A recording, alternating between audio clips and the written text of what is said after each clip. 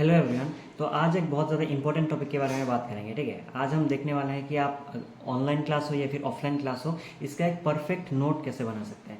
एकदम sequential order में सारे चीज़ें मैं कवर करूंगा कि कौन कौन से चीज़ आपको लिखने हैं, कौन कौन से चीज़ आप इग्नोर कर सकते हैं। सब टॉपिक के बारे में हम डिस्कस करेंगे। तो वीडियो स्टार्ट करने से पहले एक छोटा सा इंट्रोडक्शन दे दूँ। हेलो एवरीवन, मैं हूँ Shubham, a first year MBBS student of Agartala government medical college. अगर आपको ये वीडियो थोड़ा सा भी यूज़फुल लगा तो लाइक कर दीजिए और अपने नीट एस्पिरेंट दोस्तों के साथ शेयर कर दीजिए, और ऐसे ही वीडियोस का नोटिफिकेशन पाने के लिए सब्सक्राइब करना मत भूलना। ठीक है, तो वीडियो को स्टार्ट करते हैं। तो इस टॉपिक पे मैं हर एक पॉइंट को कवर करूंगा, हर एक छोटे छोटे चीज़ को कवर करूंगा जो आपको ध्यान में रखना है।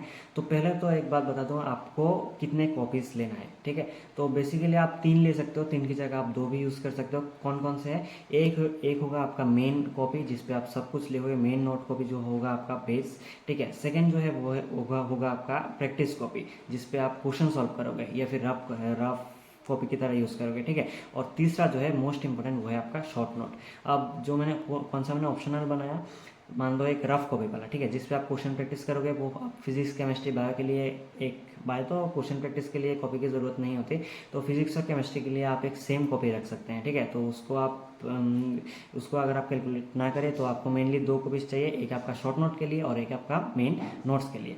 तो चलिए स्टार्ट करते हैं पहले मेन कॉपी से। आपका मेन जो नोट कॉपी होगा उसमें आप बेसिकली क्लास में जो पढ़ाया जा रहा है उसको लिखोगे। तो उसको मैंने 5 पार्ट में डिवाइड किया। एक होता है आपका थ्योरी पार्ट। ठीक है, दूसरा होता है आपका कुछ फैक्चुअल बेस्ड क्वेश्चन, मतलब फैक्ट बेस्ड स्टेटमेंट्स। ठीक है, तीसरा जो है वो है आपका डेरिवेशंस। ठीक है, चौथा जो है वो है आपका कॉन्सेप्ट को समझाना, मतलब कोई टीचर जब कॉन्सेप्ट को समझाता है वो, और पांचवा जो है वो आपका क्वेश्चन जो प्रैक्टिस करवाता है क्लास में। तो हम पहले से स्टार्ट करते हैं। पहला पॉइंट जो आता है वो है आपका थ्योरी।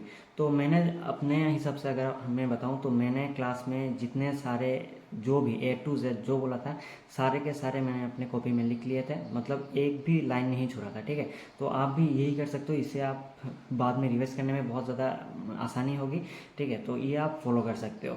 तो और नेक्स्ट जो आता है फैक्ट बेस्ड मतलब स्टेटमेंट्स, उसको आप क्या करो, सारे फैक्ट बेस्ड को एक जगह में लिख लो और एक मतलब बॉक्स बना लो। ठीक है, उसको आप नज़र में आओगे और उनको आप ज़्यादा से ज़्यादा पढ़ना पड़ेगा। ठीक है, क्योंकि वो आपको याद रखना पड़ता है। और फैक्ट बेस्ड क्वेश्चन नीट में बहुत सारे आते हैं। ठीक है, स्टेटमेंट बेस्ड क्वेश्चन में आपके मेनली फैक्ट बेस्ड क्वेश्चन ही आते हैं। नेक्स्ट जो है डेरिवेशंस। डेरिवेशन देखो, मैं आपको एक सजेशन देता हूँ। अगर आप एक ड्रॉपर हो, ठीक है, अगर आपका बोर्ड्स का एग्ज़ाम ख़त्म हो गया तो आप डेरिवेशंस इग्नोर कर सकते हो। ठीक है, क्योंकि नीट में आपका डेरिवेशन का उतना ज़्यादा इंपॉर्टेंस नहीं है, फिर भी आप लिख के रख सकते हो। ठीक है, अगर आप कोई कॉन्सेप्ट भूल जाते हो तो उसे देख के आपको पता चल जाता है। लेकिन अगर आप बोर्ड्स देने वाले हो, ठीक है, मतलब अगर आप फ्रेशर हो तो आप बोर्ड मतलब डेरिवेशंस को लिख लीजिए, क्योंकि बोर्ड्स में आपका जो है डेरिवेशंस आते हैं। चौथा जो है वो है आपका एक्सप्लेनेशन, मतलब जो कॉन्सेप्ट समझाता है तो उसको क्या करो, उसको आप अपने हिसाब से, ठीक है, टीचर जैसे समझाता है, मान लो यंग्स डबल स्लिट एक्सपेरिमेंट का क्लास चल रहा है। ठीक है, तो उसको आप अपने हिसाब से एक कॉपी में मतलब नोट कॉपी में जो है वो मतलब टीचर ने क्या एक्सप्लेन किया वो अपने हिसाब से लिख लो। ठीक है, इसे आप पहले नोट रफ कॉपी में भी प्रैक्टिस कर सकते हो, उसको पहले मेन नोट कॉपी पे लिख लो। तो इससे क्या होगा, अगर मान लो फ्यूचर में कभी 2-3 महीने बाद मान लो आपने यंग्स डबल स्लिट एक्सपेरिमेंट का कॉन्सेप्ट भूल गए। ठीक है, तो क्या होगा, अगर आप खुद का लिखा हुआ मतलब खुद जैसे समझ के लिखे थे वो कॉपी में, उसे देख देख के आपको मतलब आसानी से याद आ जाएगा वो। ठीक है, नेक्स्ट जो लास्ट पार्ट आता है क्वेश्चन का पार्ट, वो बहुत ज़्यादा इंपॉर्टेंट है, क्योंकि इस क्वेश्चन को मुझे बहुत सारे स्टूडेंट्स ने पूछा है कि सारे क्वेश्चन आपको नोट में लिखना है या नहीं लिखना है। देखो, इसको मैं एक लॉजिकल आंसर देता हूँ। मान लो एक क्वेश्चन है, ठीक है, एनएलएम का, न्यूटन्स लॉज ऑफ मोशन का, मान लो F equal to M A formula के यूज़ करके एक आपका क्वेश्चन दिया गया है, फर्स्ट क्वेश्चन। तो ये आपको लिखने की ज़रूरत है, आप खुद ही बताओ। ठीक है, ये तो आप आसानी से कर लोगे ना।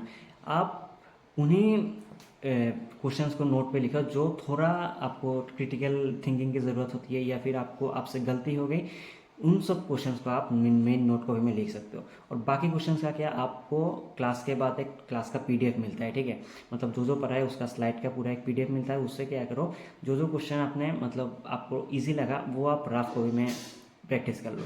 ठीक है, सारे आपके मैक्सिमम हो जाएंगे। जो अगर आप एक दो अटक गए तो उसको आप फिर से नोट में मेन जो नोट कॉपी में उससे डाल दो, ठीक है।